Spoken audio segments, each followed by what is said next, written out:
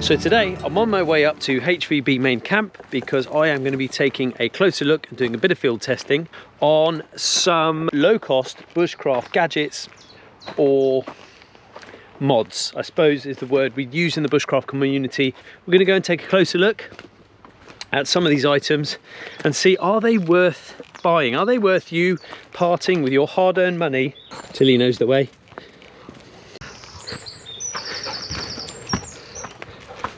So here I've got a number of items. I'm going to spread them out onto the various stumps and then we can take a closer look at each one. So the very first thing we're going to take a closer look at is my mighty Crusader mug. I absolutely love this thing and it does an awful lot for me. After this, check out the video we did on baking where I baked bread in a hole in the ground using my mighty Crusader mug. What we're here today to talk about is the add-ons. I suppose one of them technically counts as a gadget. It's pretty innovative. Okay, so while some people might want to opt for a thin-walled titanium cooking setup and use bioethanol or something like that, perhaps if you're up in the mountains, here in the lowland, kind of being a lowland sort of specialist, I tend to go for good quality hard Crusader mug, British metal military mug. To go with that, recently I've been trialing out this stuff, which is that dragon gel, dragon fuel you can get. It's pretty clever. You just peel that back, light it, and then that's going to get placed under the mug. In essence, that's how you're heating your water or your food, and there's just enough in one of these for a decent coffee. So that works out pretty well. When we look at the price of this stuff, okay, it's being issued to military cadets and military forces here in Britain. I think it works out something like £7.99. That's in British pounds. Okay, gets you 6 or a pack of 6 of these. The next item I went and got was, I was actually gifted this, but I've had a little look, and you can get aftermarket lids for your Crusader mug. I'm pretty sure this is because I'm a bit of a fan of just fabricating one out of heavy cooking tin foil. That works pretty well. It seems to stay on there. It's relatively robust. Okay, it's a little bit of a tight fit, but that stays on nicely. I must add, so this is in my sort of kit that I'm taking for a single day out in the woods. Otherwise, quite frankly, if I'm going to be out there for a while, I'm probably going to establish a campfire and I'll be using fire to cook with. The kind of final item I want to talk about is this here. This rather funky looking thing. Now, the reason I went out and got one of these and what really attracted me was the fact that I'd already used one back in 2010. These were trialled by the British military and I was part of that trial. It is a lightweight foil that you can bend and fold away, and it goes down pretty much that small. And it is a very clever multi-use heavy duty foil cooking stand that has been created with the Crusader mug in mind. The diameter here has been worked out pretty carefully. Your dragon gel is going to go in the bottom, and you can see it's got this tab. Okay, so that's going to pop down in the bottom there, and you're going to light that, and then this should nestle quite tightly actually and give it some form, and that will nestle into there like that. Okay, and this has got enough diameter that it holds itself fairly well on a variety of different grounds. And then obviously you pop your lid on, and that pretty much becomes your sheltered cooking station. So that is what I've been playing with recently. I would love to tell you the name of this company right now, but it is completely evading me. If you know who makes these and how much they cost, let me know. This I think has a real place. I'm going to continue to test this all through this summer. Did a bit with it this winter, but not enough, so this will come with me, and I'll see how long it will go for until I manage to break it. What I've got here, those of you who know his channel, I've got Fire Piston from Bushcraft Tools, and here I've got a super cheapy copy of one of his items here, just so we can kind of take a look. So there is something else to these before I go ahead and show you how they work that nobody tells you about, and it's the fact that you're going to need this char cloth and some of this. Sometimes they come pre-loaded, more often they don't. Fingers crossed it works. So when we take a closer look at a fire piston, and I'm going to look at the Bushcraft Tools one, we just need to kind of go over how this thing works in essence. By creating a super tight seal inside this chamber, with the highly combustible material that is char cloth inside this tiny little divot here.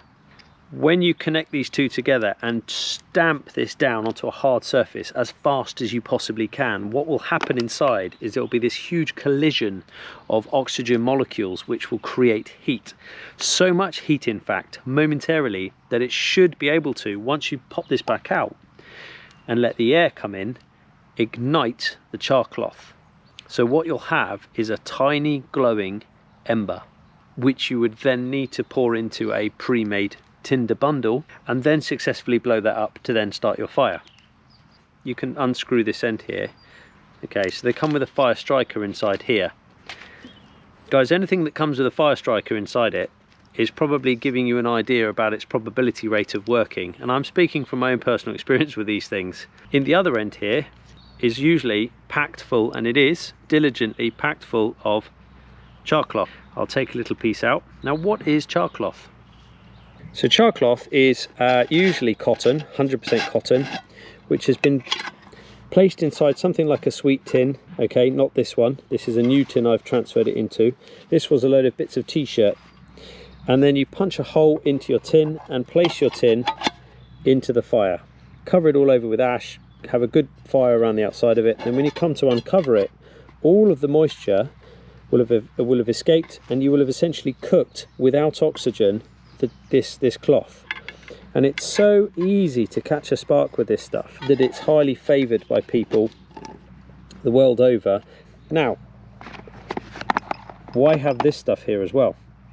In order for this to slide and to create a really tight seal around this small rubber ring, it's advisable to put a little bit of Vaseline on there.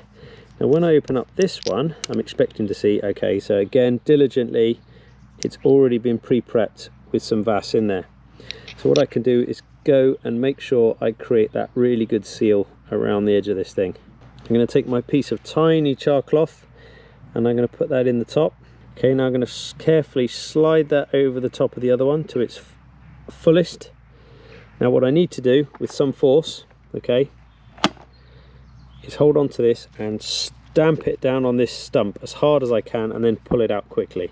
So here we go. Is it smoking? No, where's it gone? It's all just disappeared up inside and it's all just got stuck everywhere.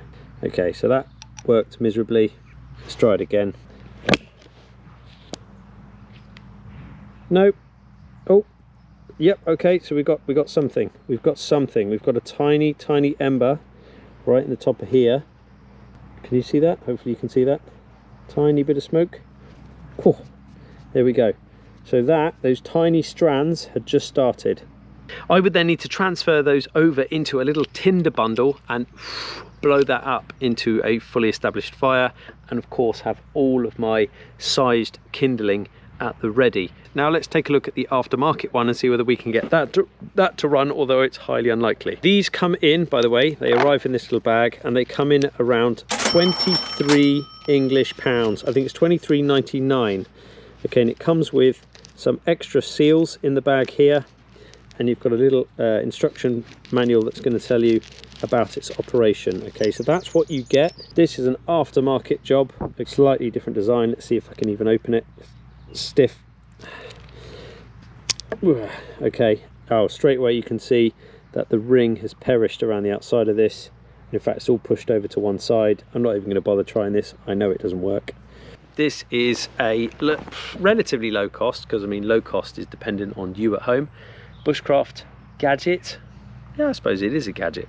It's not so much of a modification to something or an add-on, it's a gadget or a gizmo, depending on where you are in the world and what language you choose to use. Would I buy one? No. Would I trust one with my life on it in the woods? No.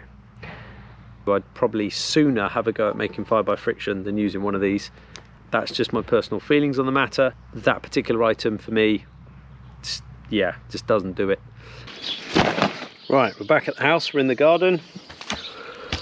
Get the water out, it's a hot day. And we are looking at this little item here, which has come from the Bath Bushcraft shop. Okay, so Dan over there has sent me one of these newfangled little Ferro Rod Holders. What these are designed to do in essence is to fit onto as a mod or a retro upgrade to a Mora knife. Probably one of the world's most sold brands of bushcraft knife or knife for the outdoors.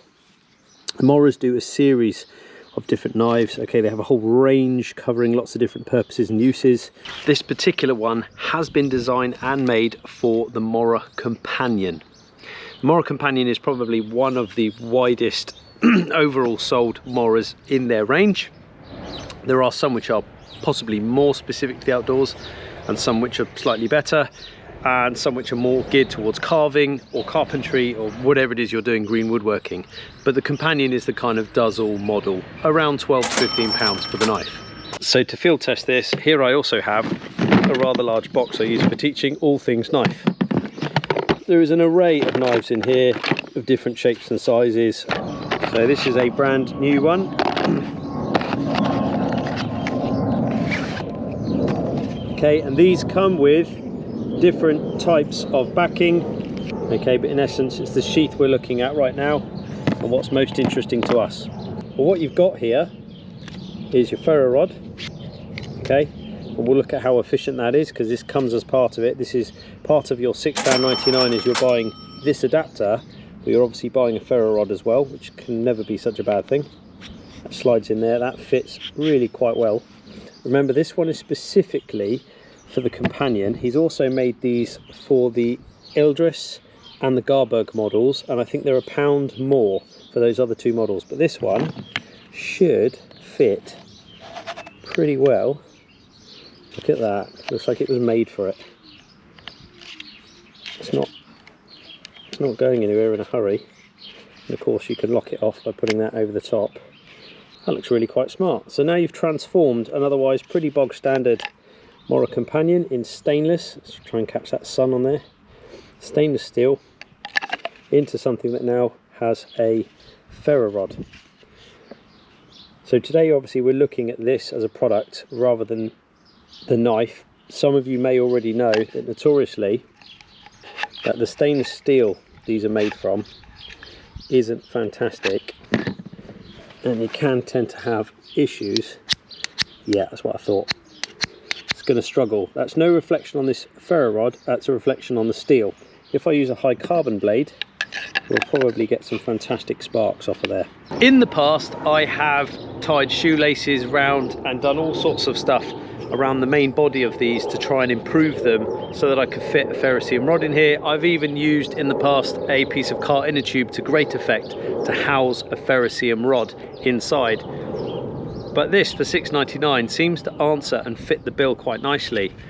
The rod doesn't fall out, neither does the thing fall off the end. Let's try it on some of the other models, even though it's not designed for that, just to see what it will and won't fit in the Mora range. If you're not familiar with the Robust, it has an over accentuated guard or choil. So looking at this, I don't think this is going to fit because it's not made for it. Although to be fair, yeah, it's bitten down on it. I know it's not made for it and it's not a perfect fit if you look, but you could make that work for you. Oh, he's on there now. Equally, looking at this one, again fits slightly further up and is going absolutely nowhere, so that also transforms an otherwise very simple little blade into something much more workable. The Mora clipper, now this might be a bit more of a test for the ferro rod. Oh wow,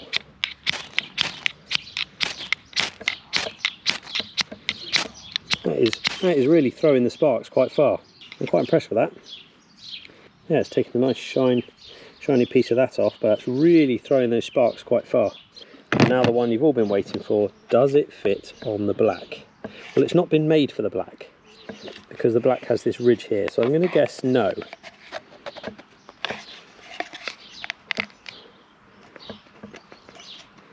Well, that does kind of work, and I wonder whether it's worth, just out of interest, not that you'd do this in a hurry, putting it that way up. But right now you can get one of these for the Garberg, the Eldris and the Clipper, and apparently a few more in the Mora range, it would seem. So I'm actually quite impressed with this little device. It's ever so simple. It just works on a simple friction fit, and it seems to be the answer to a question a lot of people have had for a long time, which is, now that I've bought a companion, how do I go about attaching a ferro rod on there? And the internet is littered, YouTube is littered with videos of people coming up with innovative ideas involving car inner tubes and shoelaces and all kinds of, you know, elasticated things that hook back onto themselves. But for $6.99, I actually quite like that.